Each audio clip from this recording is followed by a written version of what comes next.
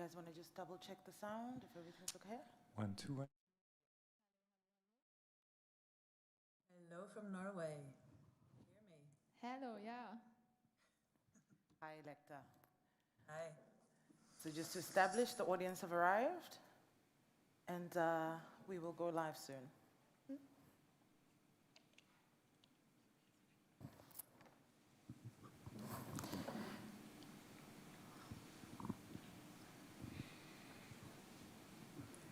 Are we on? Hi, everyone, and welcome to the final day of the 3-day leg of lots of conversations under the umbrella of Norwood Festival and Soft Utopia, as well as intersectionality. In the last 2 days, or on Thursday, we kicked it off with the power of language, and then on Friday, we had performative allyship versus true allyship, and today we're going to dig into the privilege of art.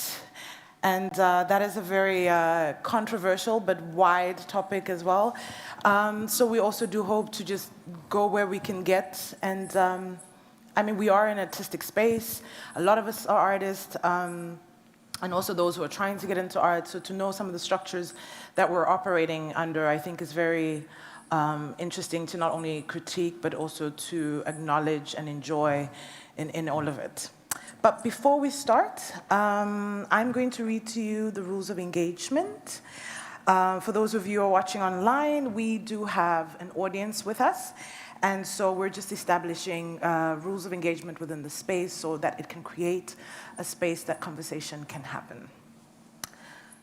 Rules of engagement. We are all responsible for the space. We welcome multiple viewpoints. Speak for yourself. Don't speak for others. Practice recognizing your privilege. I beg your pardon. Appreciate the different experiences and abilities of others. Take responsibility for the power of your language. Be open to dialogue. Take risks. Lean into the discomfort. Step back. Share speaking time. Listen actively before thinking about how to respond. Challenge with care. Respect confidential information when sharing with others. Try to be as clear as you can. Respect your boundaries and that of others. Acknowledge the source of your thoughts. Do not appropriate, appreciate. Without any further ado, I'd like to welcome our lovely panelists who will introduce themselves. Again, to reiterate, we've asked them to introduce themselves because sometimes I feel like it creates an atmosphere where sometimes you get to a panel and somebody reads everything. Sometimes things get lost, or you've changed your direction of who you are. So I think it's nice for us to come in as if we're all, I don't know, we've just met at a barbecue somewhere and we're just asking each other, what do we do? We have Electa on Zoom, and she's our robotics screen over there, and she's coming in from Norway. And then Verena on her side, and as well as Vanessa, who has just finished her performances yesterday. So how about we all give each other a warm welcome?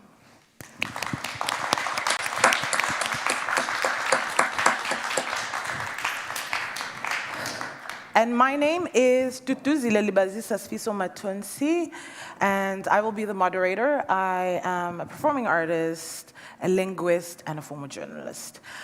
And to kickstart it, the whole part of the festival has been about intersectionality. So I've asked everyone who's come on to the panel discussions within the last 3-4 days, what is intersectionality to you? I know you have a lot of energy, more than the rest of us, so I'm gonna ask you to give us that energy. I would like you to start, Verena, so you can give the energy that we need in the space today. Sure, yeah, you have a 2-week of festival behind you, no? Mm-hmm. Yeah, right, so I will bring the energy. My name is Verena. I'm a performer, dancer, choreographer from Hamburg, based in Hamburg. I'm a working class child I'm researching on the topic of classism, the discrimination of the socio-economic position. Yeah, and I do a lot of networking on that field. I connect a lot with other working class artists, and I will continue with that. Yeah, I think.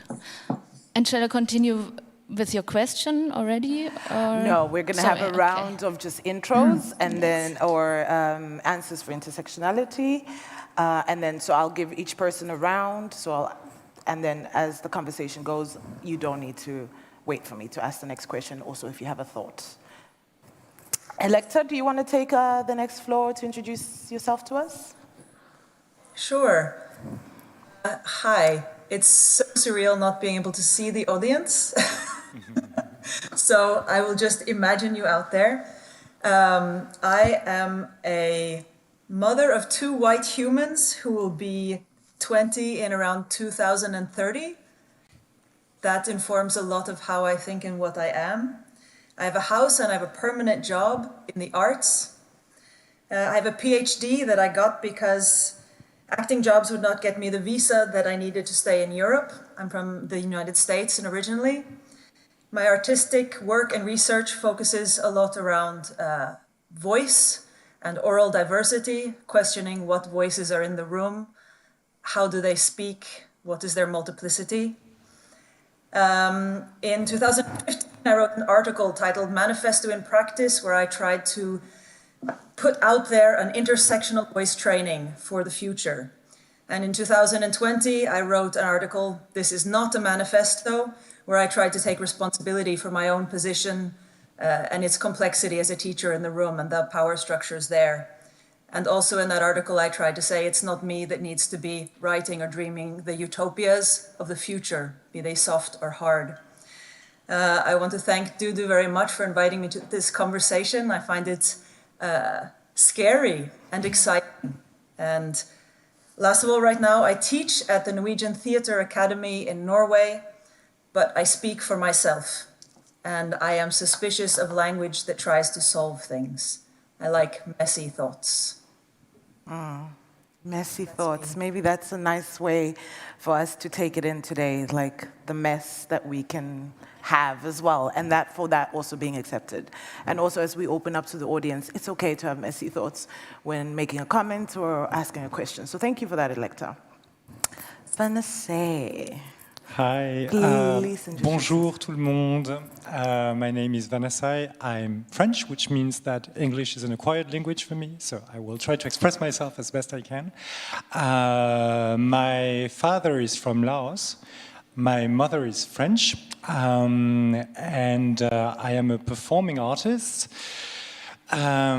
Because I decided to get rid of the comfort of working for an institution. I am an independent artist now. I guess you choose your poison. I also decided to leave academia. I trained for a PhD as well in performance studies and English literature. And yeah. I am also very interested in voices in general, voices that are heard and voices that are not heard, and the reasons why they are not heard. I was originally a singer, actually, but I lost my voice around 2010, I would say. So I had to stop with that career, and I had to reinvent myself. Yeah. I think you've done a good job so far. Working on it. And thank you for actually opening with English is not your first language. English is not my first language, contrary to how well I speak it. It is also an acquired language. So we're all floating in this, except for Electa, which you're the only first English speaker. But it is a language that we're using, and we'll try to navigate it, and I'm with you on that. Anyway, so I want to kickstart in Electa. Please tell me what is what is intersectionality to you? I'm actually going to read someone else's words that really spoke to me. This I found on the wonderful peer-reviewed world of Facebook. The quote from Yumi Tomsha, who writes, quote, "I am not half Japanese and half Lithuanian Jewish. When I am singing a Japanese folk song, I do not sing with half my voice, but with my whole voice. When I am taping together my grandparents' Jewish marriage contract, worn by time but still resilient, it is not half my heart that is moved, but my whole heart. I am complete, and I embody layers of identities that belong together. I am made of layers, not fractions." Unquote. And then Kim Katrin, who posted this, wrote the comment afterwards, "It's colonization that seeks to break us into pieces." And so for me, thinking about intersectionality and hybridism, which are all these nice buzzwords that we have, it gives a suggestion of breaking us down into smaller bits. And to me, this thing was really beautiful about identity as a layering that could exist at the same time. And of course, in terms of voice, that also makes me think of the polyphony of who we are. Wow. I'm gonna hand it over to you guys. Verona, Yeah, what that's is super intersectionality? beautiful idea of it. My thoughts were more about, or the question was, is there a hierarchy in the intersection? Because me, myself, was more aware of being a woman before I was aware of being a working class. So my work, or what I consider my work now, is to become this polyphony, what you're talking about, to find myself, to find myself in between. There's in classism, there's this word of trans class coming up a lot. So the in between. But I like a lot the polyphony. Yeah, and the thoughts of, okay, is there a hierarchy? Right. Yeah. Right. Which I think the hierarchies are present everywhere because of this, how patriarchy has structured how we move around the world. There's hierarchy in water, for instance. Like it's in every essence of our being, I think. And it's like, even if we were to look into the bigger things of like dismantling the different hierarchies, we have to look at the smaller things. So I don't know. Hierarchy is a very interesting insertion point as well into intersectionality. Thank you for that. Vanessa. Okay, so to me, I guess I started thinking about intersectionality only a few years ago, to be honest, because I do come from a situation in which I felt very privileged in many ways, and I think that intersectionality comes into play when you start to think about how different ways in which you are discriminated against, like, interrelate.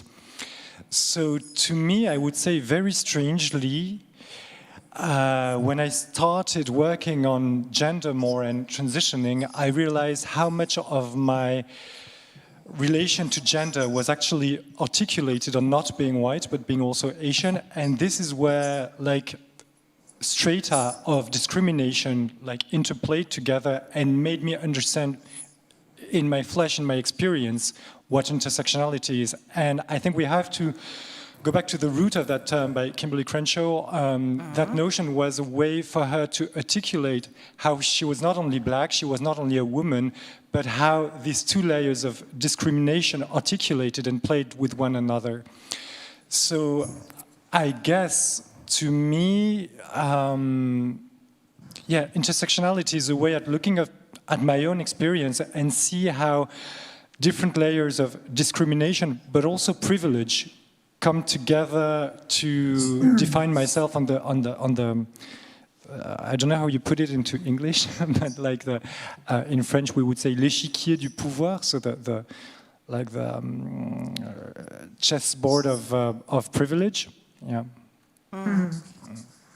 And speaking of privilege, I think that is a good way for us to come into the next topic, or the overall topic of why we're here, in terms of the privilege of art. And I know in the package that I sent, I asked everybody, like, the first question is, what is art, right? And before we answer this, I decided to like just go on Wikipedia and just to check what is the definition of art, because art seems to be relative in a way, but the hierarchies of art is not, which is a very interesting contrast.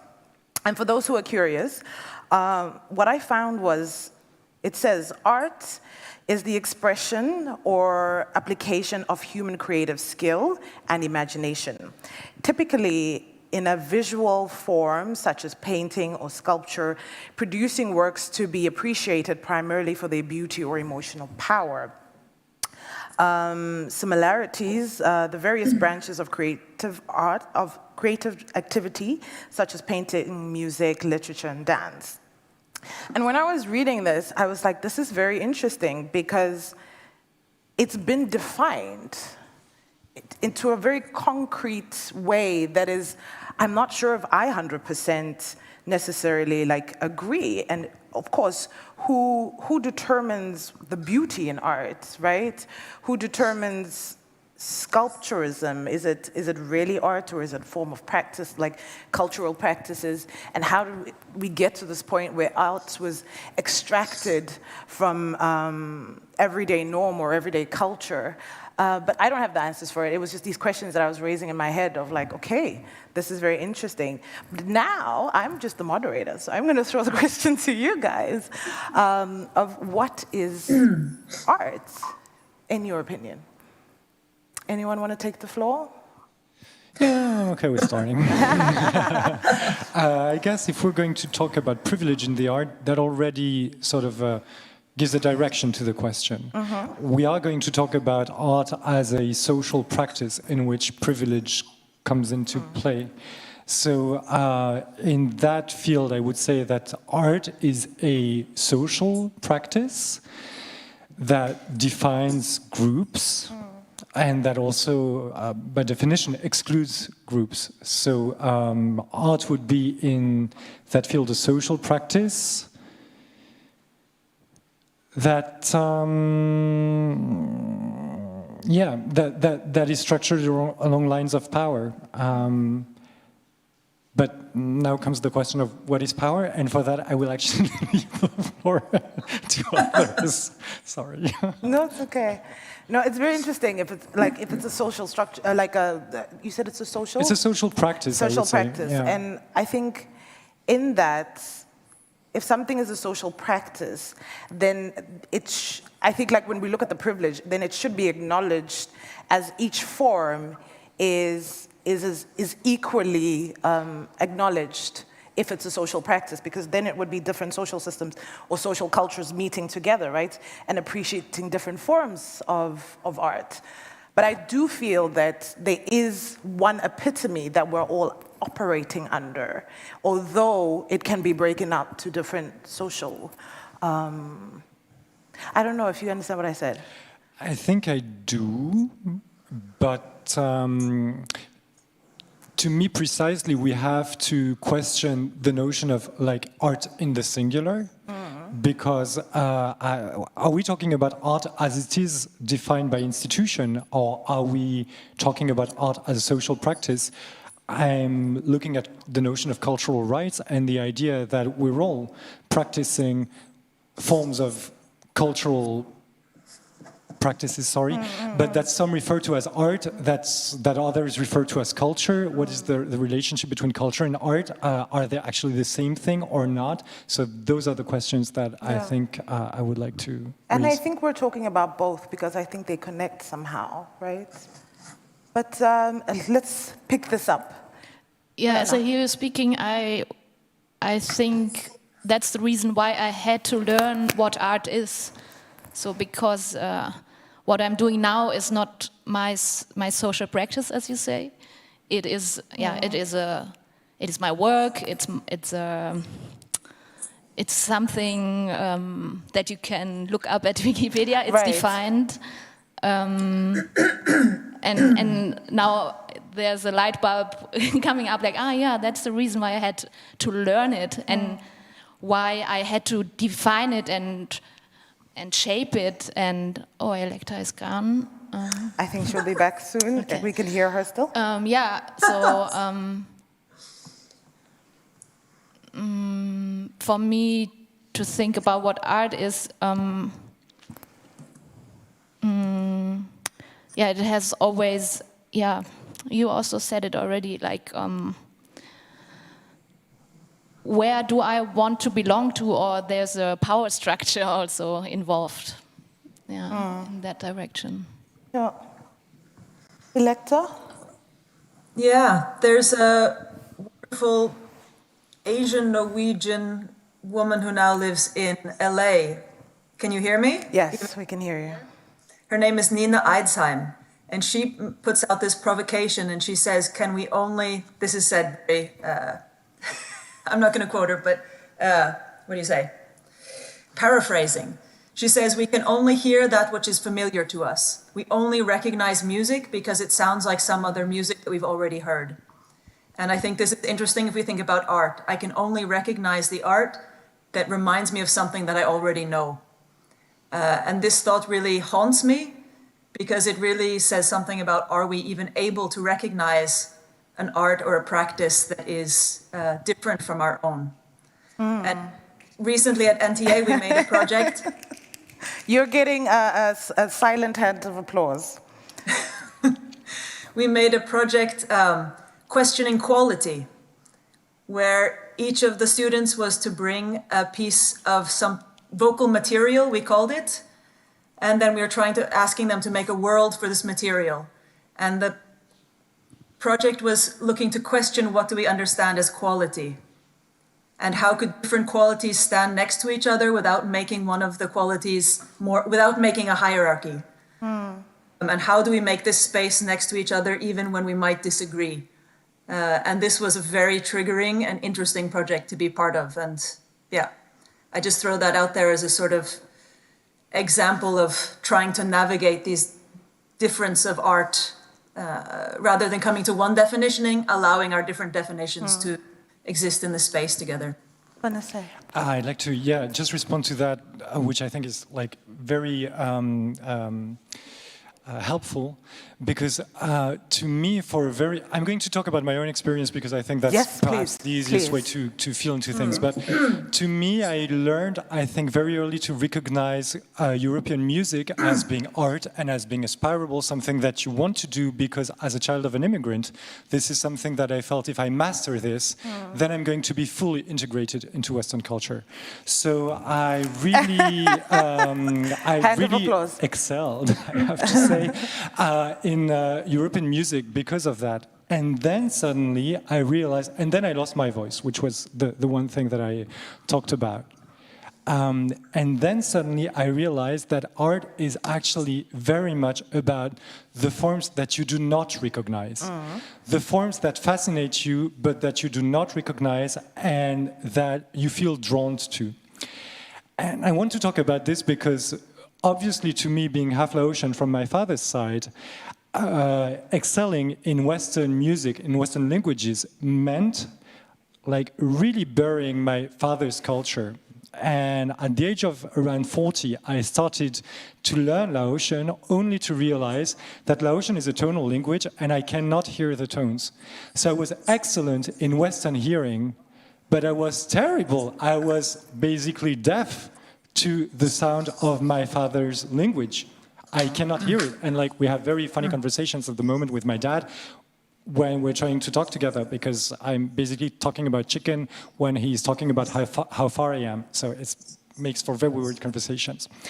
But to me now art has very much become about finding cultural practices whose beauty you sense and understand, but not fully appreciate. And this is why, for instance, because we have to acknowledge the people who are not on stage with us, who do not have directly that privilege, but Karitia Abel, with whom I work in my piece, is in the audience. And for instance, Karitia comes very much from the field of BDSM, and there was something in that sort of practice and expression, artistic expression, that really fascinated me to which I was very much deaf also in the beginning, still fairly deaf, but working on it. And to me, actually, like art has very much become about sensing the spaces of cultural practice that you feel uncomfortable with,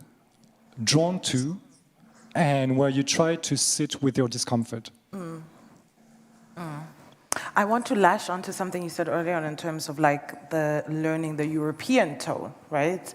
And Electa, for those who don't know, has been my lecturer at some point in my life. And I struggled a lot in terms of being Western tone deaf. And in my piece, there's at the end, I'm on the piano. And that was my actual fuck you to Western tonality, because I would be in class and the teacher would be like, boom, and I hear the nuances of that, right? And how musicality has been put in one keyboard to say this is the epitome of music, but there's so much tones and nuances in between each key that are not recognized, right? And this for me also comes into the gatekeeping, which we'll go into in a second. But I just want to add to say that yes, I feel part of your experience in that way, but in the opposite somehow. But Verena, do you have anything to say? I had to think about the spaces arts happening, like the institutions, and that this is art history, no? That to put something in the museum and it becomes art, a super interesting thought about if you repeat it and make it knowledgeable. Then it is art. I think it's maybe also a key of success, no? To repeat yourself, and if people like it, repeat it even more. Something.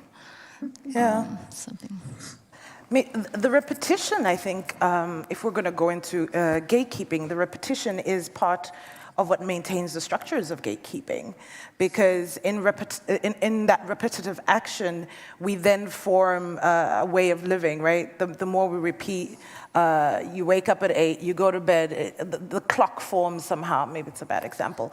But then I want to put a question out there to everyone in terms of like, then we ask like, what is gatekeeping? Who began, like, how did we get here where we have people who are gatekeeping?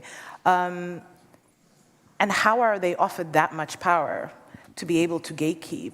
And what are we going to do? Like, is there something we can do about it? Are we also re-perpetuating some of those gatekeeping? As you said, we need to acknowledge our privilege here.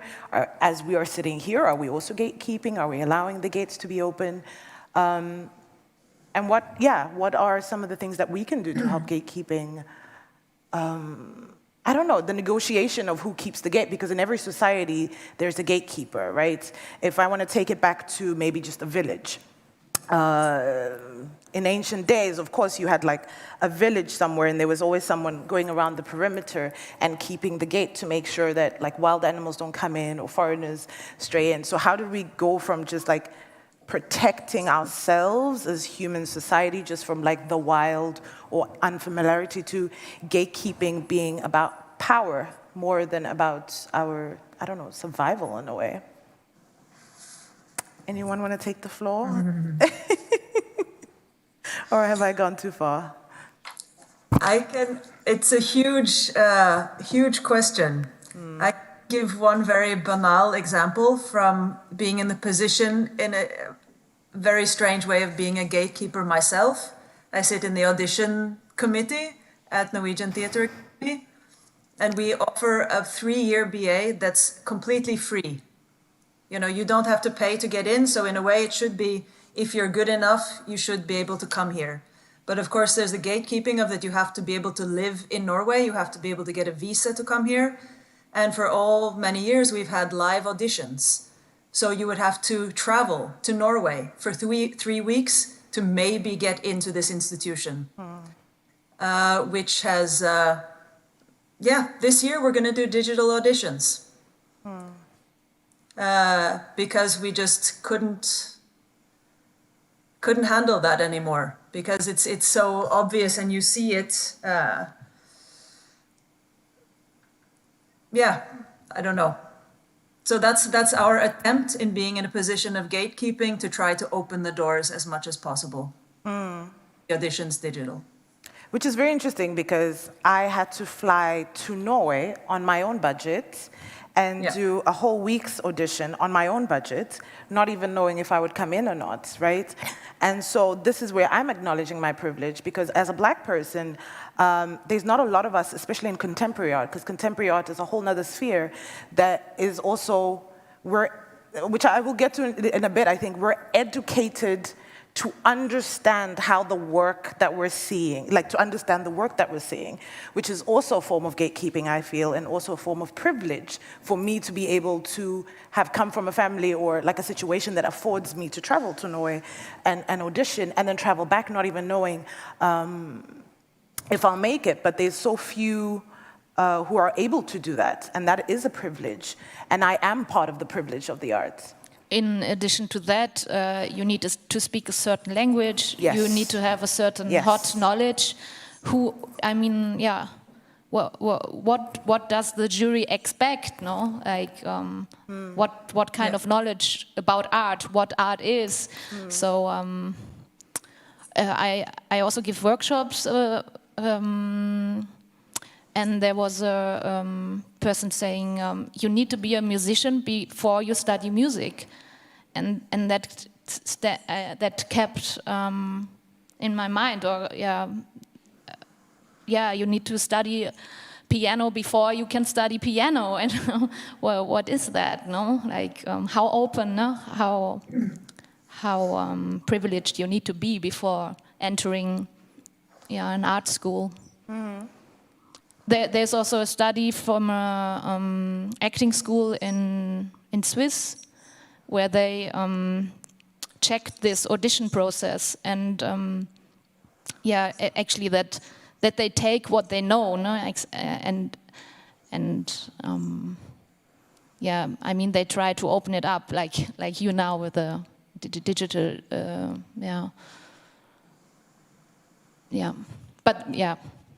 you had. Perhaps, again, I'm going to speak from my own experience, and I want to talk about experiences where I had to stay outside the gate, and perhaps the other thing that I want to talk about is how we are all gatekeepers. And I like what you said, Electa, about like trying to speak for yourself and not for the institution that we represent, because I think that's where a lot of issues come from, because very often we mistake the person for the institution they represent, and it's something that can be difficult. I used to be a house dramaturg in a theater in France as well, so this is a situation that I've experienced myself. The first thing that I think is that we need to throw light on gates other than the ones that are official, and we also need to create new gates for people to come in if the ones that are the most famous do not let you in. I was not accepted into the national schools in France, the free national schools in France for theater. I got rejected from on several occasions, and that was a painful experience. But what I come to realize is that what I wanted from these schools was actually not the artistic training, it was the power that comes from having been in an institution. So I did not get that power, so I'm trying to create it from somewhere else, and from creating collaboration with people who create their gates, such as, again, I'm going to refer to Caritia, who is a huge influence on my work and who has created Curata House, a resource space in Berlin for queer artists. So I think there is a lot, one of the issues is to learn to look for other gates. And I think there's a lot of healing that comes from learning to just ignore the gates that are not for you. Make sure that the gates that you want to go through are for you, because I think that it can be a very harmful experience also to go through gates that you do not really want to go through. Yes. So you have to be careful about that, and also it can be fun to piss on some gates sometimes. So true. And I think in terms of some of these gates that we're looking at, I think even in the attempt of us creating those who've been marginalized who don't have the privilege within certain art spheres, when creating, we're always met with violence as well and segregation. So I do feel that we do try to decentralize the power, the structures of whiteness and certain powers that exist within art by moving away from it. But in that, we're also excluded from. We're not getting the right funding for it, or they create new finish lines for us, or it's a new form of gatekeeping as well. So it's to say, yes, you can be on the left wing of the institution, but you won't get fully funded for everything, just like the main institution, or your stories are too different, or it's too othered, it's not following within the structures of what you're supposed to learn within art institutions, which are the biggest gatekeepers because they are the ones who are actually breaking and training the minds to determine what we present. But actually, I just want to talk about the one performance that I got to present last week here, and it's called Je viens chanter chez toi toute nue en échange d'un repas. So I sing for you naked in exchange for a meal. It was a performance that was thought of during the first lockdown, at a moment when I thought that all the cultural institutions would go bankrupt, and so there would be no money to fund my work. And I was like, it was a bit of a Mad Max experience, but I was thinking, like, if the world comes to an end, like, how am I going to do my work? Well, I'm going to sing in exchange for food, which is what people in rural Laos do, the country of my father.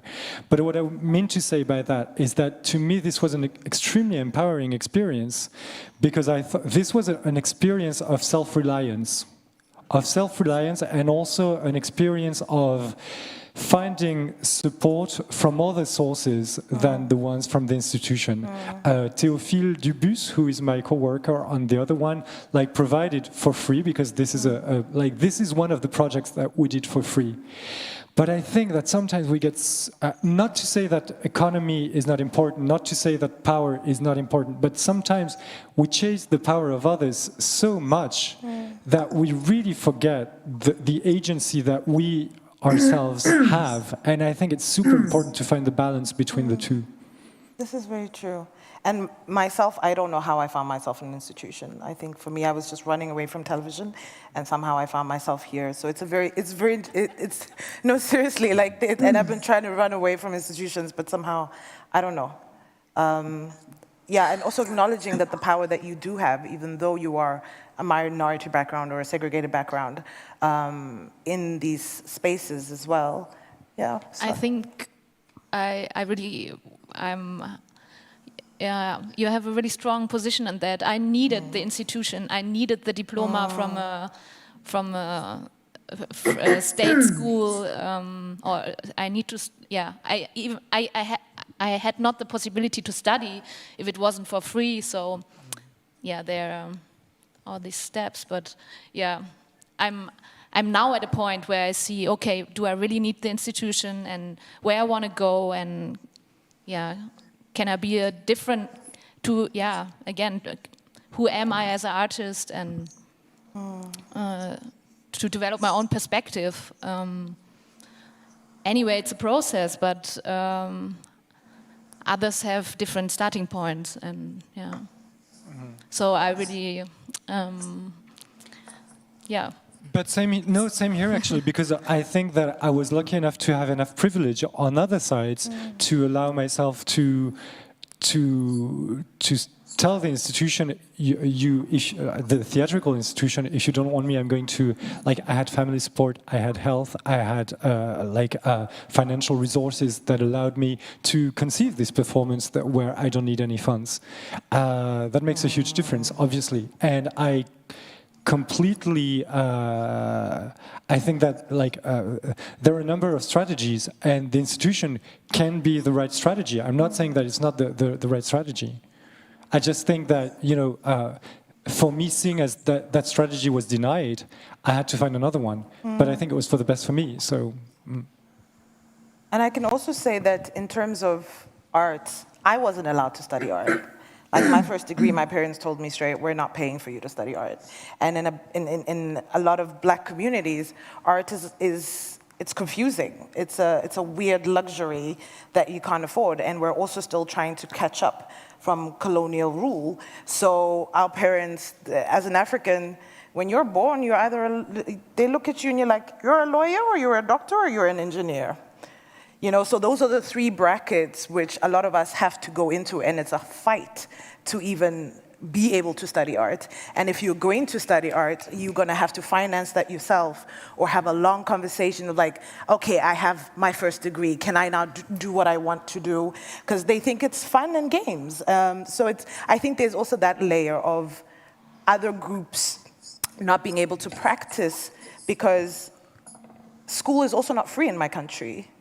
School is money. There is no free education. There's free education until end of high school. But higher education, if we're going to spend the little money that we have in the family, we're not going to spend it on a career which we are not even sure is going to pay the bills. Because then you're not, there's a concept called black tax in South Africa. And basically a lot of families are taxed by their, a lot of people are taxed by their families. It's not a demand, but it's like if my family is living in a 3-room house and it's from a poverty-stricken neighborhood, any form of penny that's been put together, or if I get a bursary to study, when I get my first paycheck, half of that is going home. You know, so you have to be, there's also that kind of like not having that privilege to say, okay, for the first year, I'll just like work at a cafe. You can't because you've got a family to feed, and then you pay it forward. So every person who starts to work has to pay it forward or get somebody else through school. But Electa, I want to hear from you. And in any form of like, how do you want to jump into? Or we've said a lot, I know. But what have you caught from it? A lot. I mean, I think I'm going to try and say two things that are disconnected but connected. One is my family came over on the Mayflower from England and was at the first Thanksgiving. And I think it's interesting when we talk about privilege to understand how many generations back it goes, and that really complexifies things as well. That I feel myself in the uncomfortable position of having had privilege for many, many generations. And that is different from someone who has had it for just one generation. And I think we often don't sort of do the history of what privilege is. And I think that's really important in terms of speaking to this narrative of like, if you work hard, you can make it kind of thing. And then I also want to say, I wrote this is not a manifesto piece, when, there was the point where I was like, I got accepted to write this article and I was like, why is it me writing this article? I couldn't write the first word because I said it shouldn't be my voice writing in this journal about utopias. It's ridiculous. After many rounds with myself, it said, no, but I have to take responsibility for who I am. And I think being a teacher of perhaps the next generation of performing artists, I find it's the most complex is how to teach the students of privilege. You know, if in a way we need to diversify the arts field, can I teach a student your voice shouldn't be here because you need to make room for other people? I mean, how do you privilege? And this is where, to me, privilege gets complex when it's personal. You know, it's easy to talk about privilege in sort of big, wide, sweeping things, but when you have 10 people in the room with a diversity of privilege, how do you speak about these complex things in a way that open people up to generosity towards each other while acknowledging their privilege? One of the big questions that I take with myself as a pedagogue and teacher and also artist. I think that's a question I might have to marinate on. I think it needs to simmer, like, you know, just before it can go into the oven of baking. But I do want us to open up soon to the audience. And one of the things about gatekeeping is its hostility. Right? It becomes hostile when what you're saying now is like, how do you teach privilege, or how do you teach a classroom full of privileged students? privilege, when is destabilized, it comes with hostility, right? We see it in your birth country in terms of like the capital being overthrown by a bunch of white men, because we're destabilizing white supremacy and the patriarchal system that looks like white men. So whenever power or privilege is being destabilized, there's that hostility that comes with it. And that hostility can overflow into either being blacklisted or certain doors just being closed or not being opened or open a little bit and whatnot. But I don't know if anybody's got a comment on that, because I'm looking at the time before. Today I'm killed. But it's just, I actually, if it's okay, I'd like to Yes, go back please. to what you said, Electra, because I happen to also get to teach at some schools, the same schools that rejected me. I get to teach at now sometimes. But like, to come back to our very first question, to me the question is very much, and as someone who teaches, the question is perhaps not so much what is art, but what is art for? Like what's the purpose that you serve with it? And I think that there is a way to enter that, especially, and perhaps you have things to say to that, but like when you come from a bourgeois culture, which is very much what, I mean, my father is a physician, and my mom is a French teacher. So to me, I had the luxury, I'm also the last of 4 children, and so there was some sort of ego trip to that, you know, like the pursuit of success, the pursuit of being known. Those are all, you know, those can come into play when you decide on what you want to do. But the thing that I realize now is that if you use art to create that sort of power,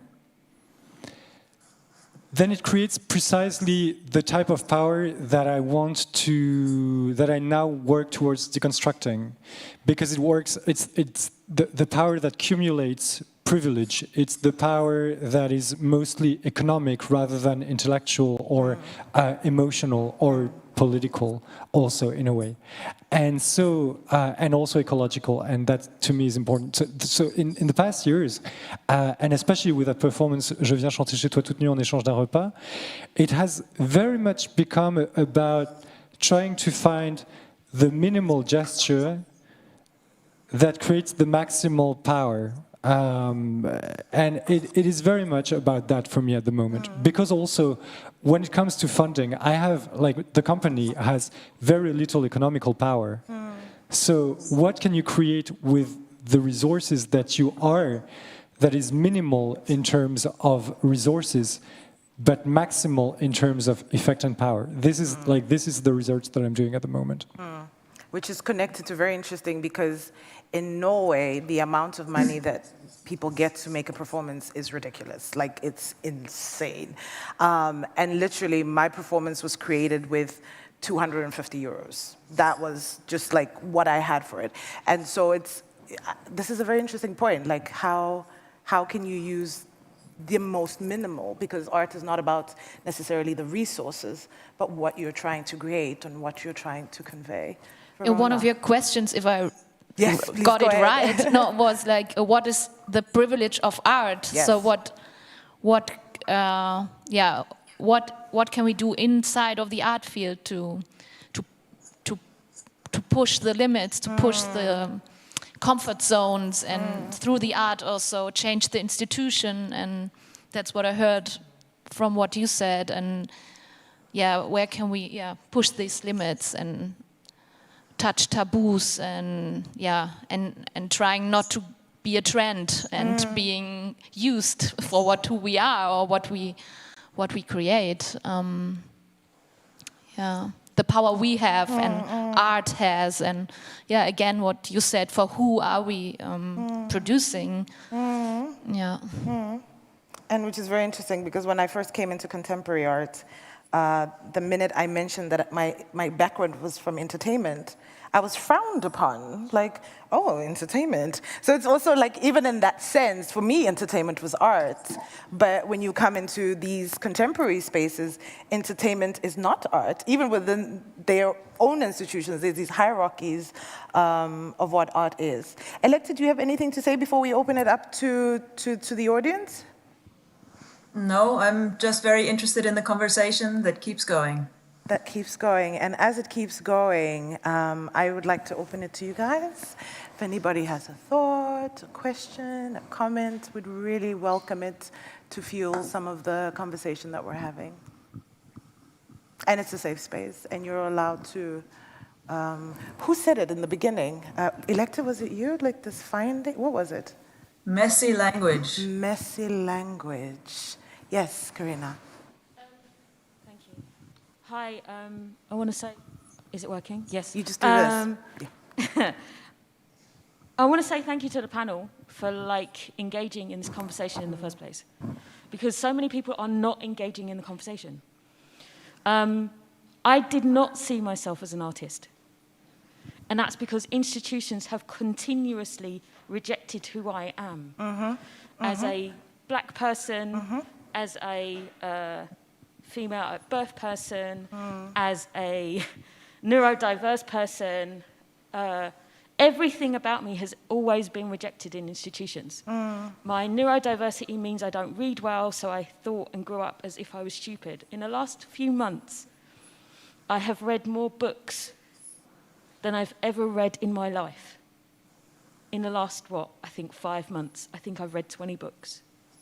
Because I finally have access to something that I never had access to before. And I think when it comes to art, the complexity and the messy levels of it are amazing.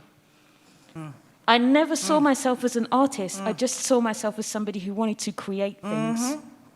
That's how I see myself. That's how I continue to see myself. I still struggle with talking about myself as an artist. I like to create. And I think when it comes to talking about privilege of art, it's like, well, as you were all art, the question was asked, what is art and who is it for? For me, art is for me to be inspired and creative, but also to release. That is what art is about for me. That hit. But we don't get to do that because we repeat and repeat and repeat. And what we want to do is we want to, as was said, see the same thing that we've seen before. So now, right now, there's a rendition of Hamlet that has black actors in it. And it's just like, do we need another Hamlet? No. God damn it. Do we need another one? Right? How far do we need to go on the repeat button? Right? On Netflix, there's a Western. And now it's full of black actors. Do we care? Yes, we do. But at the same time, it's like, can we do something else? Everything about me is taboo. Everything. Yes. I'm a sex worker. I'm a dominar. I do kink and BDSM practices. None of that is seen as art. Right? It's seen as punishable offenses and violent. Nothing I do is violent. I argue that point. Nothing I do is violent. Because if it was violent, it would be destructive and it would be harmful to others. What I do is not harmful to others. What I do creates space. What I do is break down what has been taken away from me for other people so that I can do what I do best. Connect in a language that speaks to me. My language is the body. I want to learn everything about your body. I want to learn everything about my body through interacting and playing with you. I want to play. And that for me, I've written and talked so much about the privilege of play. And it's how complicated it is.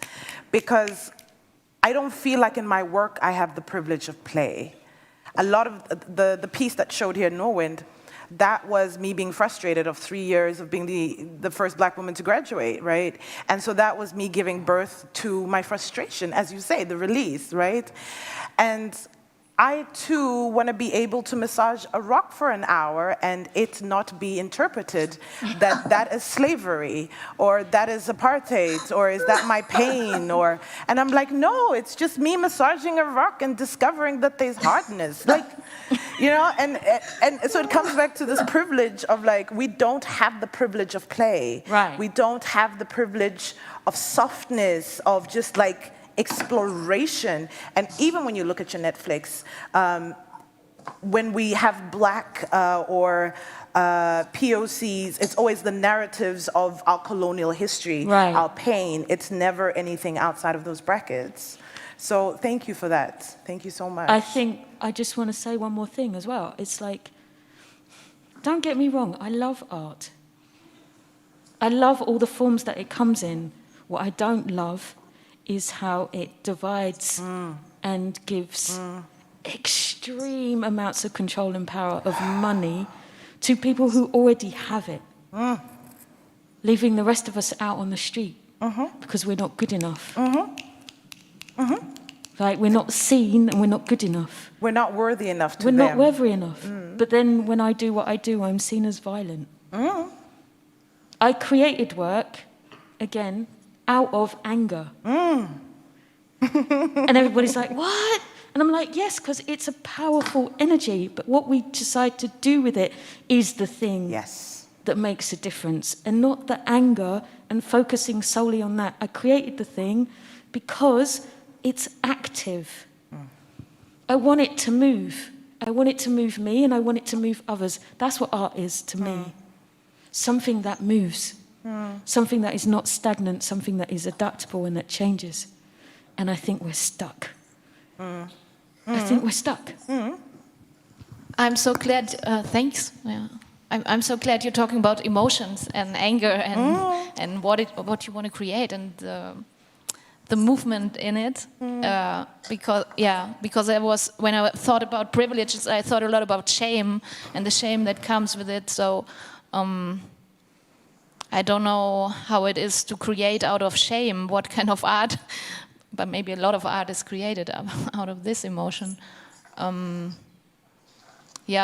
to use shame and our anger. And different emotions. Yes. I'm now currently about to take on the first leg of a project called The Angry Project. And and it was just like going through Corona, just like you, like going through Corona with just so many things, being in a Nordic country, being a black woman, da-da-da-da. And I was so angry. And I remember my psychologist, who was a Norwegian cis white man, broke up with me and said that he couldn't treat me because he couldn't fully understand my black experience. So without even referring me. And after I had told him, I'm so angry right now, I just want to punch the guy who ran through the trolley in the supermarket. I'm like, I'm just angry. And I was boxing, but it wasn't helping. And then for you to just break up with me like this, because we're in a relationship, like, you know, you've just committed to me. But that anger, and I was speaking to a friend, and a friend of mine just said, apply to the government so you can apply for funding so that you can able to be angry through that. And for me, the Angry Project is not to be angry, but it's to use anger as a form of recreating joy and pleasure, and like it's an emotion, anger or shame, all of these are emotions that happen within us all the time. But somehow society is constantly monitoring which emotion we are supposed to navigate with. And this, I think, is also something that it flows over into the arts, of like, is that an angry piece? Is that a shameful piece? Is that because we're also taking those same ways into the art. Anybody else? No, I wanted to talk about go back to what Karidia was saying, and also gatekeeping, because I think like there is so much powerful work that needs to protect itself from the power of institution. Yes. And this is where for some artists, I don't know if you relate to that, but I relate to that. There's that difficult point of resisting appropriation, because it is very tempting, because you can need the funding. But I'm thinking about that because, for instance, Karada House, again, is a place that is an institution that has created itself. And it's a place where, to me, the power of art happens there because it is working towards self-sufficiency economically. Correct me if I'm wrong in Croatia. But it also, and I'm thinking that so many powerful artistic expressions have come from finding alternatives to official white masculine recognition. And I think that, like, that's also something that we really need to work on. And I think, for instance, like, as far as I'm concerned, I feel that part of, and it's not just, you know, to buy myself a consciousness or something like that, but I feel like part of my work as an artist who is now recognized by some institutions is to fund with my personal funds and to support the work of groups that are not institutions, but that do the work that I think the institution is not necessarily capable of acknowledging. And it's funny because I don't know enough about the history of Kampnagel, but I think that the history of Kampnagel actually has things that relate to these questions of, like, how do you navigate being a place that is institutional, but that comes from also being a place of resistance or alternative to the institution. Yeah. And I know we're running out of time, and I think I think we could sit here for hours and like unpack and communicate and share experiences. But I want to give you guys your last words before we wrap this up, because if I go over time, then it impacts the whole program. But I'm offering the space to give last words and last thoughts, or also just even throwing out questions that we can sit with and think and take outside of the room, that we can just, hopefully institutions or even just private practices can take that and no pressure, but just if you have questions to throw out or if you have last thoughts, please. I'm going to start with you, Verena. Yeah, my question would be, how can I use my own privilege to share my power, my energy, my money, my everything, you know? Like how to open up spaces, and like what you were talking about your project, and I think that's why I'm networking a lot, you know, giving the strength, building connections. Yeah, so keep on building connections and strengthening each other. Yeah. Yeah. Electa? Yeah, I really,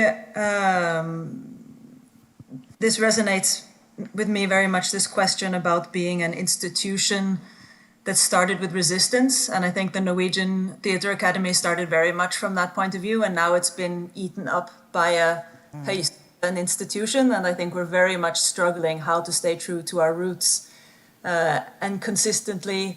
You have to keep questioning, what is it that you are resisting against? What is it that the elements in the society that are getting stuck, as was spoken about?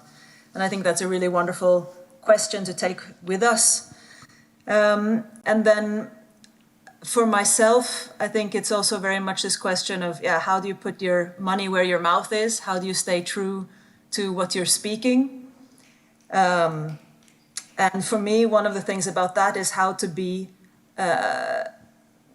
durationally uncomfortable with my own whiteness and my own privilege, allow it to be normative any space, but to name it, make it awkward, make it present, and then to take responsibility for how I deal with it in my relations. And then the last thing I would say is I have a guest room.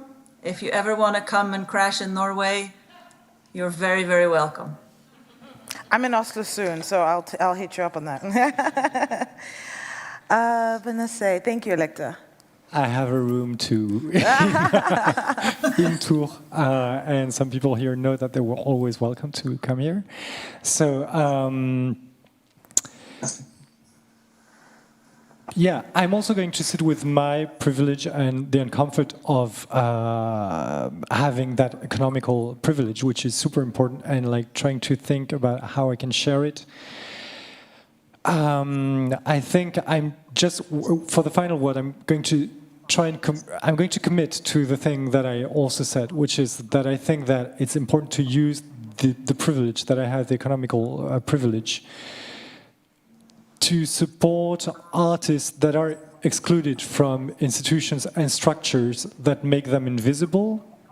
So, and I want to name a few because some of them are here. I think that trans artists, that queer artists, artists with neurodiversity, artists who are not white, are structurally, and we need to be aware of that, they're structurally excluded from power. And there is that terrible impression that we have that very often, but they're everywhere, these artists. No, they're not everywhere. And it's funny because whenever we start to talk about some of them, a capacity to accept that, like, very little is much too much for many people. And that never ceases to amaze me. Like, we talk about very few artists, and suddenly it becomes like they're everywhere. And this is something that happens very much in France around trans representation. There is this idea that we cannot tackle a topic or a question, or cannot see a show on TV where trans are not represented. I'm sorry, this is not enough. Like, this just goes to saying how much your tolerance to representation is weak. So, yeah, I think we need to. I need to commit to supporting these artists more, yeah, which is what I'm doing. You want to say something? You have 30 seconds. I think that's really the most important thing, just not to think and not take like minorities or like minoritized identity and exotify them and take 1% of them and make them like the representation of transness.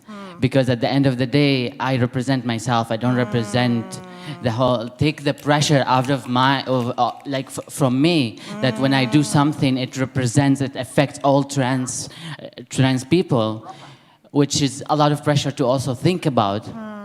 And also, something is how to not be included in the power, how to overthrow this power that exists there. How to overthrow this power, because as Kurita says, I am not interested in capitalism or art including me. I want to overthrow these institutions, bring them down, burn them to the ground, as they have hurt me my entire life.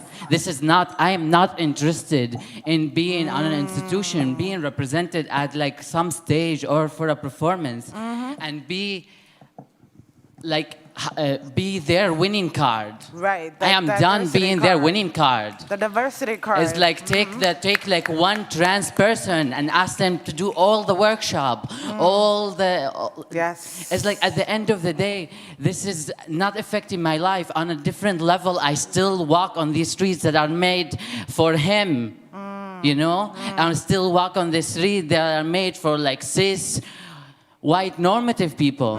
And then being on a stage, doing a performance doesn't change any of that. No. And what you said before, I don't need to, I think what we're missing is like a radical compassion.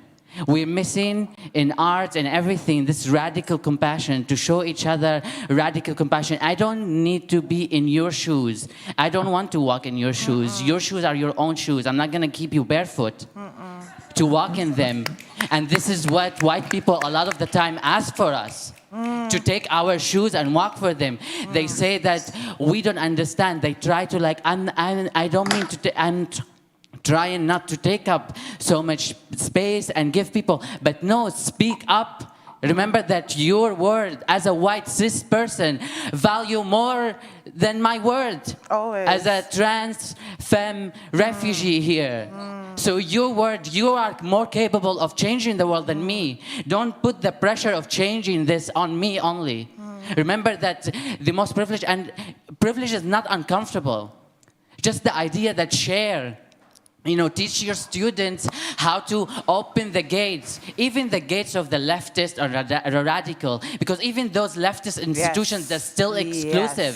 They're still exclusive. We don't know about, there are Yes. many trans people that are like, outside of these circles. When we make these events, they're exclusive to and cater to a certain group of people.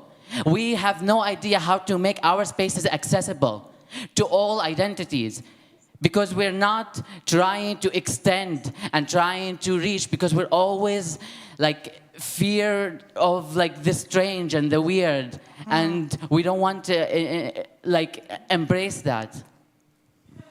So yes. I wish we had more time. Thank you for that powerful last voice. And thank you to everybody who's watching on the other side for streaming. Thank you to the audience. Thank you for being part of this. Thank you for breaking the fourth wall and being part of the conversation. And thank you guys all. Thank you, Electa. Thank you, Verena. Thank you, Vanessa. Thank you, Copenhagen. Thank you, Norid. It's the last day, so I'm just happy to be like, yay. But what I also want to send everyone on their way with is joy in our search for deconstructing, decolonizing privilege, non-privilege, autistic and whatnot, just finding pleasure and sustainable joy and pleasure. Because pleasure not only in a sexual way, but just pleasure in every form, like how to still be healthy when we're doing this fight.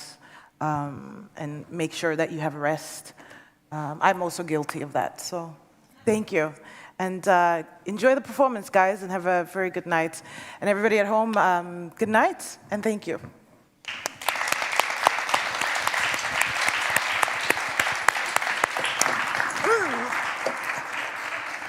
So, Electa, your flower is invisibly sent. I will send it by mail. Thank you so much. Have a good night, Electa. I wish you could have a drink with us, but we can't. I'll ship you a bottle. Have a great night, everyone. Bye-bye.